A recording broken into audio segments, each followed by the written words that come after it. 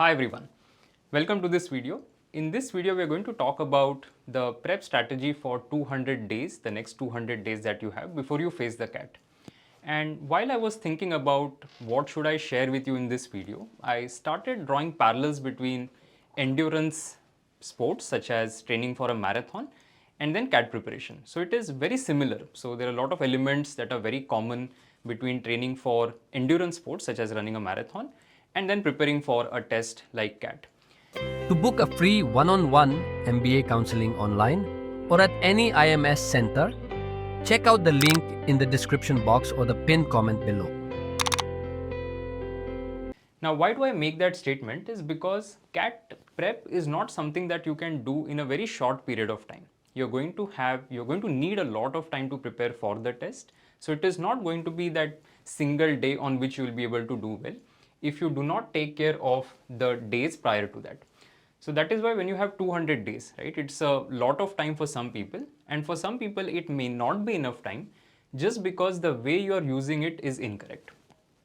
So what we'll do in this video is look at how do we structure these 200 days properly.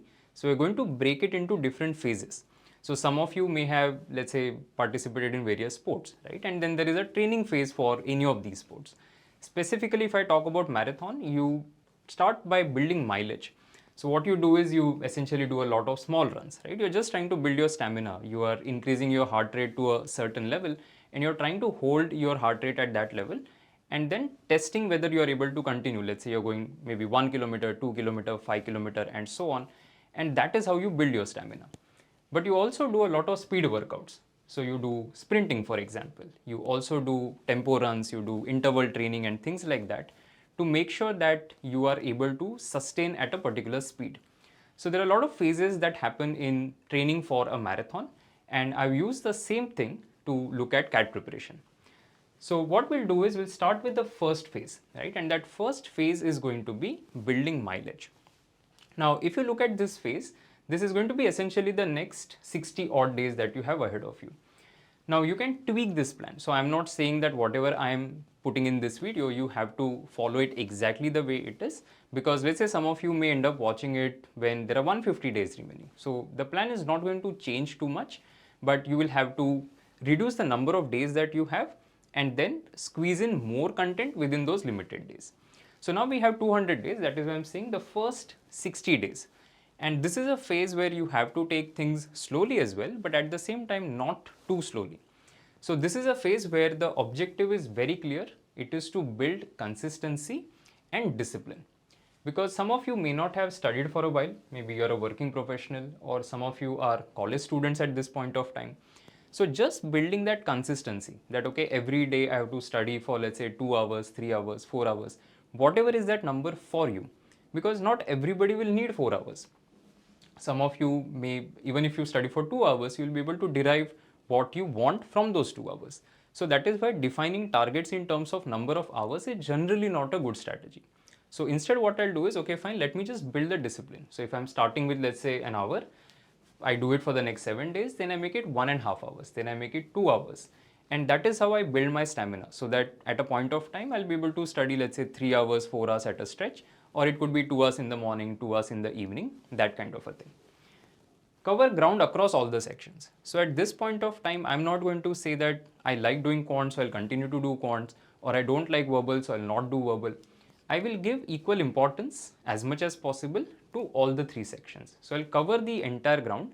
I'll make sure that I'm studying all the basic concept. My theory is very, very strong. I have hold over the concepts. So that is the core focus in this particular stage. The focus is going to be building your daily study habit. So as I said, whatever is it is for you, whether it is 2 hours or 3 hours, just make that habit. The second is topic familiarity. So I should be, at the end of this phase, I should be very clear about all the topics that are present, all the subtopics and the concepts that exist in these topics. Then I should have comfort with solving without time pressure. So this is a common mistake that a lot of students make, that initially they will try to solve questions fast. But unless you have practiced something or really understood something, you will not be able to solve it very, very quickly. So that is why don't try to sprint before you have actually built your mileage. So that is why I will say that do not worry about speed at this point of time. even if you are able to, let's say, solve a particular quant question in 5 minutes, okay, that's completely okay at this point of time. Gradually, from that 5 minutes will become 4 minutes, then 4 minutes will become 3 minutes, and then maybe 2 minutes. So do not worry about time at this point of time. Your speed is not my concern. My concern in the next 60 days is going to be, do you know the concept? Are you able to, if you look at a particular question, are you able to spot that this is the applicable concept, and are you able to solve it? The mantra that you will adhere to in this particular phase is going to be run slow to run long. And this is an advice that a lot of people feel is counterproductive, right? Even in running communities. So people say run slow to run long, because that is how you build your core stamina. So there's something called VO2 max, right? And those of you who are very, very keen on following these things very scientifically, you can check out what VO2 max is. So everybody keeps talking about training in zone 2, which is training your heart rate, so that your heart efficiency improves, right? And that is something that you'll have to do for your CAT preparation. So go slow at this point of time. We don't really have to rush into things. Speed is definitely not a concern. Just make sure that you're understanding the concepts correctly, because if you've understood the concepts, you'll be able to apply them even if the question is difficult. So right now, don't worry about it. What are the tools that you should be using in this particular phase? So first is start with class exercises, right? That is the core building blocks. So theory, definitely something that you should be doing before you attend the classroom sessions. Focus on class exercises. Class recap videos is something that can be used to supplement the learning that you have or for revision purposes. Then I'll focus on practice exercises, benchmarking test for the individual topics that are there, and daily reading. Even if I just continue this approach, right, that for every topic that I have, I'm going to do the theory, solved examples, etc. before I attend the class. Then after the class is done, I will wrap up my class exercise as early as possible, then do practice exercise and benchmarking test. I am done for the topic. I don't really have to do more. So that's the approach that I will follow using the tools that I mentioned on screen. Now, some of you may be thinking that, is that going to be sufficient? Right? So, see, we have enough time. It's not that we don't have time after this. That is why the better you do at the first attempt itself, right? So, for example, if I do it properly the first time I'm studying a particular topic, that will yield significantly more benefit compared to, let's say, rushing into things. So, if I sit with percentages, let's say for 3 hours, some of you may be able to do it in 1 hour as well. But if I sit with it for 3 hours and I understood everything to an extent where I don't have to do the topic again, that is the best position to be in, so that my revision time goes down significantly. Because as you will see, as we move to later phases, the revision part is again going to be something that I put under tools, because you have to keep revising what you have studied. Otherwise, you will forget things. So keep some time aside for revision as well, but that will happen at a later stage. Right now, I'm just going to do like the first round of my syllabus. Possible to do it in 60 days. Some of you may have already completed your syllabus. Fantastic. You can rush through this particular phase. You can jump to phase 2. Some of you may be just starting your prep right now. Some of you might watch this video next month. We are releasing this in the month of May. Some of you may be watching it in June. And in that case, you have lesser amount of time that is available with you. So you'll have to go a little bit fast in that particular situation. Now, once you have built the mileage, right, what has happened now is your body has become adapted to sitting at one place for 3 hours, 4 hours and studying. Your brain is not getting tired the way it is, let's say, at the beginning of the phase. Then you move to phase 2. Now, in phase 2, what we're going to do is, so the phase is strength and speed training. So you're also going to you will need to do a lot of other things, right, that will help you to build your speed. So one of them is, for example, strength training. So even for runners, it is recommended that you go to the gym or at least do some exercise with weights, and you also do your speed routine so that you are able to get faster. So to do that, you'll have to do some speed drills, threshold runs, and so on and so forth. But to look at the CAT preparation part of it, the objective at this stage is to become more efficient. Okay, so improve efficiency, speed, and accuracy. And you cannot have only one focus in a particular test that you take. So in this test, maybe I'm just going to go fast, right? But then your accuracy will get compromised. Or if I focus too much on accuracy, my attempts will get compromised. So that is why you have to find balance between these three. So the objective is to improve efficiency, speed, accuracy. The focus is going to be doing a lot of timed practice. So till in the first phase, we were not worried about speed. We were not worried about how much time am I taking to solve a particular question. But in this phase, I will worry about that. So if I look at, let's say, a progression question, am I able to do it in, let's say, 3 minutes instead of 5 minutes that I was taking in phase 1? Then accuracy and speed of question selection, because as you will also take a lot of SIMCATs, and on the previous phase, though I had written SIMCAT target, I didn't speak about that. But let me talk about that as well, because a lot of you may be thinking in phase 1, I'm not ready to take the SIMCATs, but I've still written that you take 4 SIMCATs. Now, why do I make that statement is because otherwise you are not giving yourself an opportunity to test what you are learning. So don't worry about your score. So whether you take, let's say, 2 SIMCATs, 3 SIMCATs, I'm okay with that. Target is 4. So if you can take 4 tests in the first 60 days, which is 1 test every 2 weeks, that should also suffice. But it will give you an opportunity to understand how you react in a test condition, which is very, very crucial. So I'll not worry about my score. Okay, so even in phase 1, you have to take your 4 mocks. In phase 2, the one that we were discussing just now, I will focus a lot on question selection. That am I able to understand and figure out, okay, this question is easy or moderate or difficult? Am I able to cover all the easy questions in my attempt? Am I able to put moderate questions for the second round, and so on and so forth? Of course, we'll talk a lot about SIMCAT analysis in some of the videos that we will make. But for you to figure that out intuitively, that is the best thing that you can do.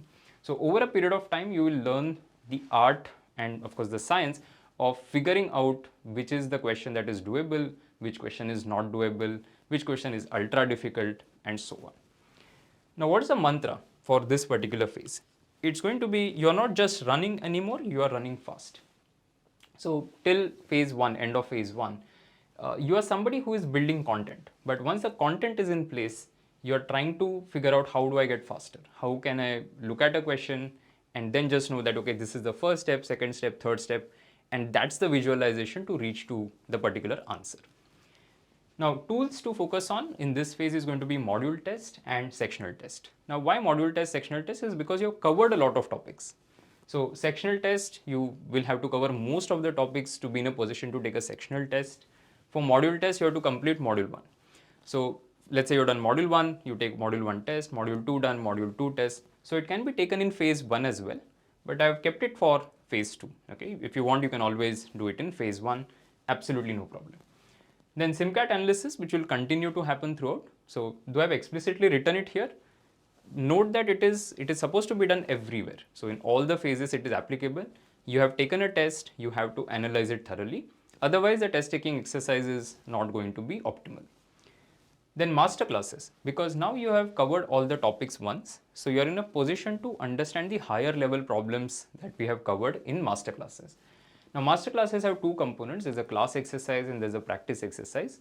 I would suggest that you finish class exercises in this phase, and then of course daily reading is something that you have to continue. How much time to read for? I would say about 30-45 minutes if you can manage per day. Nothing like it. If you don't want to read specifically, you can always do RC practice for 30-40 minutes, and that should also be enough. But general reading is always advisable, because you also tend to improve a lot of things organically, your comprehension, your speed, your vocabulary, and things like that. So that brings us to the end of phase 2. So we have reached 120 days. So we have covered what you should be doing for the next 4 months, right? Roughly 4 months that we have. Then comes the next phase, which is going to be fairly long phase, right? So this is going to be another 50 days, right? So race simulation. So now here you will try and at least take a few full length tests, right? So we have already taken full length tests, but here I've increased the number to 6. So compared to the previous phases where we had 4, now I have increased the number to 6. So in this, you will actually try and figure out that in a test condition, in a properly simulated test condition, how am I performing? So till this point, I think the score is not going to matter a lot. Of course, it has some implications. For example, we have something called Club 100, which means that if you score above a certain level in 3 SIMCATs, you get added to a special group and things like that. But as an aspirant, I'm not too worried about my score in phase 1 and phase 2. But somehow, by the time you reach phase 3, it should start mattering to you that, okay, am I on the right track? If I'm aspiring to get to a 98, 99 percentile, am I hitting at least say a 90, 95 percentile? So in IMS mocks, we also give something called a predicted CAT percentile. So if you see a predicted CAT percentile and you notice that it is hitting the range that you want to be in, then you know that okay, you're on the right track. But if you're not there, you just need to increase the intensity. Now what's the objective here? The objective is to prepare the body and mind for a complete test. That in this phase, if let's say I were to randomly give you a paper and say that, hey, just solve this, this is the actual CAT paper, you should be ideally ready to take it. Okay. Focus is going to be taking full length SIMCATs. So now I have covered my syllabus. I may have done, let's say, a round of revision, etc. Focus is going to be taking full length test, analyzing your mistakes and refining your test taking strategy. So this is that the period of 50 days roughly, wherein you will focus a lot on how are you performing in the test. Are you selecting the right questions? Are you sitting on questions for way too long? Are you rejecting the right set of questions and things like that? And what is the execution? So in SIMCATs, once you start taking them, you will see that there's a lot of analytics given. So you'll be able to say, okay, how much time you have spent on the question, how much time toppers are spending on the question, what's the p-value, which is the percentage of people who have got it right out of the people who have attempted the question. So there are a lot of these data points that we give you, and if you use it correctly, you will be able to work on your test taking strategy. The mantra here is train hard, simulate harder. So here what I'll also start doing, and in the first few SIMCATs, if you don't do it, that's okay. But from this particular phase, one thing that I definitely recommend all of you to do is to take the test as if it is an actual test, which means that I will sit in front of my laptop for 30 to 45 minutes and do nothing, and then I start the 2-hour test. Till this phase, it's okay. You can just start and take 2 hours. But by the time you have reached this stage, you should have definitely built a lot of endurance.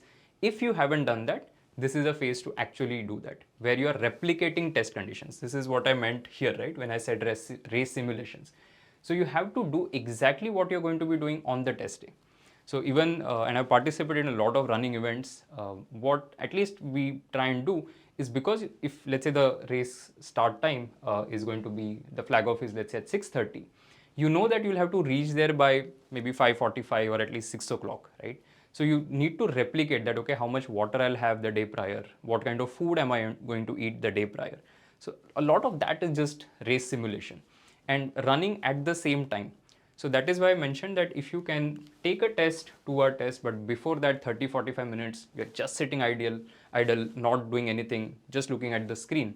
That is an important thing to do. Sitting with almost the same amount of rough sheets that you're going to get for the CAT day, sitting with very limited water. All of these are just replicating test conditions. The tools to use is going to be, of course, revision. So in this phase, you have to do 1 round of revision. Past CAT papers is something that you will begin with. So far we had not spoken about past CAT papers. The first 60 days, the first 120 days rather, no past CAT papers, and that is fine. But after that, after the first 4 months, you basically jump onto past CAT papers. So you start doing all of them, whatever is available in public domain. We have given most of them in the form of a test in the My IMS. So you can take it from there as well. SIMCAT analysis will continue. Masterclass, you take it to the next level, which is practice exercises of masterclasses, and then daily reading will continue with 6 SIMCATs between this period. So that comes to roughly about 1 test every 8 days, and that's not a very difficult to achieve, right? So a lot of people think, how do I take so many SIMCATs? So we have 20 proctored SIMCATs, there are 20 take-home SIMCATs. So 40 full-length tests. Now the question is, should you take all 40? It depends, completely depends. I don't have to do so much if I don't need it, but at least the 20 proctored SIMCATs, and that is the plan that I put in. Because see, take-home SIMCATs it's something that is up to you. Some of you may do 5, some of you may do 10, some of you may do all of it. That is up to you, right? Because you have to decide how much practice do I need. So some of you may already finish your syllabus. In that case, you can change the framework that I've used a little bit, change the number of days, and have more take-home SIMCATs as well. So under your tools, you can add take-home SIMCATs. But I've not put it for everybody because not everybody will have enough time also to do that. But if you have time, you can definitely add more take-home SIMCATs. Okay. So past CAT papers is non-negotiable. You have to do it. That's the gold standard. I mean, there's nothing that comes close to it. So you have to do past CAT papers. take 6 SIMCATs, that should be enough in this particular phase. Then that brings us to phase 4, right? And this is the last phase, almost the last phase, because there's still one phase that I've created, but I'm not calling it a phase. The phase 4 is peak and taper.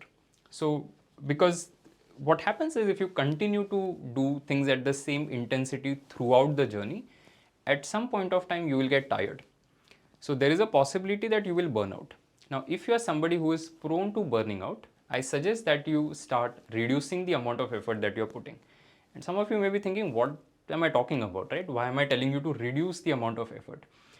I'm saying that you have to take things a little slow.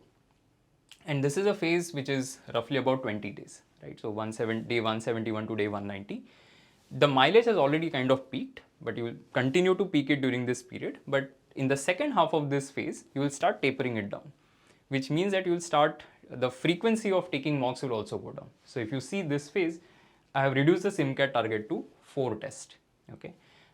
One test every 5 days. The frequency is, that is the frequency that you will continue at. But now you will start tapering because you already done one round of syllabus, you already done one round of revision, you have taken almost 14 SIMCATs. So you have covered enough ground. Yeah? You must have done a few PassCat papers also. So you've done enough.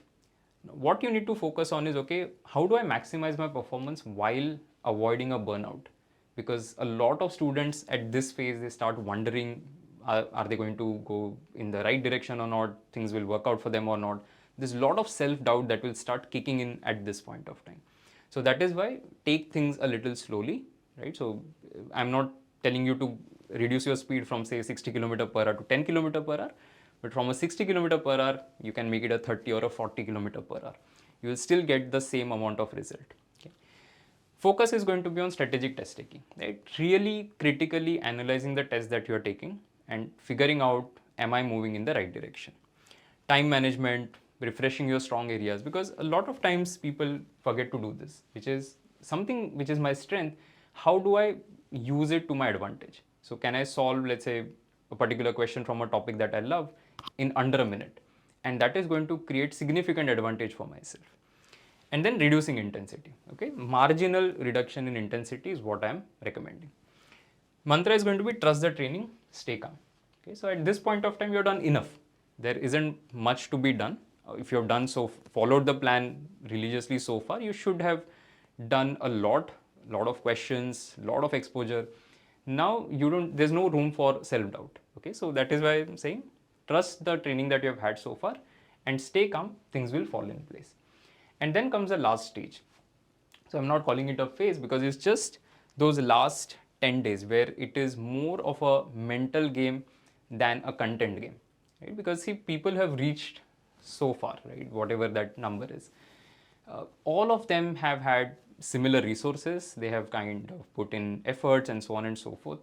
The last 10 days is a mental game, right? Because there's going to be enough pressure, too much thinking about what will be the outcomes and things like that. But the objective is very, very simple. In the last 10 days, you have to fine tune the mental game and final strategy. It's a lot of mental game, right? Because a lot of students in the last 10 days, there's so much self-doubt that they will have that they will lose the sight of the bigger picture. And come CAT day, they are not able to perform at the best level. So that is why in the last 10 days, right, focus on confidence building, sleep discipline, quick revision. So I'll sleep a lot in the last 10 days because, and I'll also make my schedule which is exactly same to what is going to happen on the CAT day. Because see, by then you have all your admit card and all of those things. So you know which slot you are supposed to take the test in. So you change the entire cycle, your sleep cycle, to that particular schedule. So if it is a morning paper and you are not a morning person, start waking up early. Start taking your sim test in the exact same slot. So I'll start replicating all of those things. What you eat, what you sleep is going to make, how you sleep is going to make a lot of difference in the last 10 days. Now, what is a mantra, right? It's not about doing more because now you have done whatever you could have done, right? It's about doing just right. Don't take too much pressure last 10 days. And of course, you're going to have enough content by then. So we'll keep talking about this aspect. But for now, just I want you to look at what you will be doing in the last 10 days, which is visualization. Some PassCat papers is definitely what you can look at.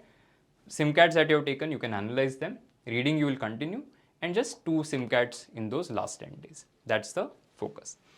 So that brings us to the last slide that I wanted to show you, the finish line, right, which is the race day. Now, some things, and I have put photo of Kipchoge here, who is one of my favorite athletes and one of the greatest of all time if you look at the history of marathon running. CAT day is the finish line, yes, but it's not the end, right? It's your gateway to something which is far more exciting, right? So everybody who takes the CAT, gets a decent score, gets into a good college, reflects on their journey, and then students realize that this was just the beginning, right? It's not a very difficult thing to do. Of course, easier said than done. But it's your gateway to something far more important, something that will change the course of your career. So what matters on that day is going to be your composure, your pace, how you manage yourself, your strong belief in your preparation. All of those things are going to make a lot of difference. So I wanted to close this particular video with this quote by Kipchoge, which is said in one of the interviews, is only the disciplined ones in life are free, right? So if you stay disciplined for the next 200 days, you plan things out, you execute them properly, that is something that will help you to get results. If you're undisciplined, you're a slave to your moods and your passions. Maybe tomorrow you will suddenly feel like going for a movie, maybe you'll go out for dinner after that.